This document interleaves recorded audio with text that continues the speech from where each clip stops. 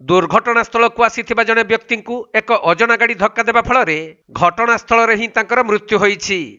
एपरी अघटन घटी मयूरभंज जिला झारपुखरिया थाना अंतर्गत 18 नंबर जातीय राजपथर राजालुका छक निकटरे मिलिथिबा सूचना अनुसार दुईटी बाइक मध्य धक्का हेबारु गोटिए बाइक आरोही दुर्घटन रे गुरुतर होई पड़िथिले। तेबे अन्य बाइक चालक जनक घटनास्थल पलाई जाइथिले।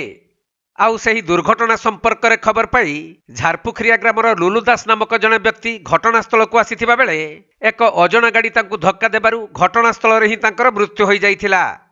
परे गुरुतर बाइक चालक जनकु पुलिस निज गाड़ी रे शीर्षगोष्ठी स्वास्थ्य केन्द्र को नहीं जाइथिबा बेले खबर पाई एम्बुलेंस आसी पुलिस गाड़ी पछरे जाइथिला। हेले गुरुतर बाइक चालकंकर परिचय मिली पारि नाही। आउ दुर्घटना घटाइथिबा गाड़ीर संधान मध्य मिली नथिबा जଣା पड़िछि।